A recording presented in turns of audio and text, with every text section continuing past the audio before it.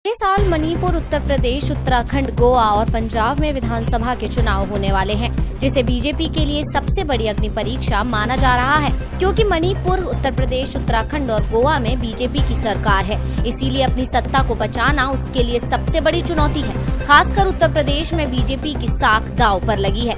यही वजह है कि पार्टी अपने सबसे मजबूत गढ़ को बचाने के लिए जद्दोजहद कर रही है, लेकिन उसकी कोशिश में हार का डर साफ नजर आ रहा है। बीजेपी ने अभी से अपने सांसदों को चुनावी कमान सौंपना शुरू कर दिया है।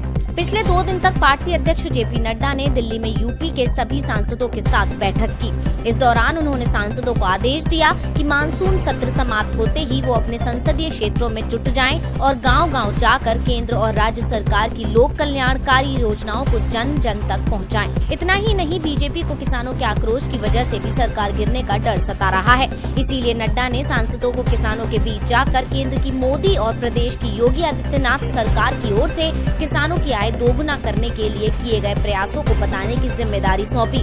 जेपी नड्डा के इन निर्देशों से साफ है कि बीजेपी किसानों से लेकर विकास के मुद्दे पर डरी हुई है। इसी के साथ पीएम मोदी ने भी रिजर्वेशन का दांव खेलकर बीजेपी को यूपी में फायदा दिलाने की कोशिश की है।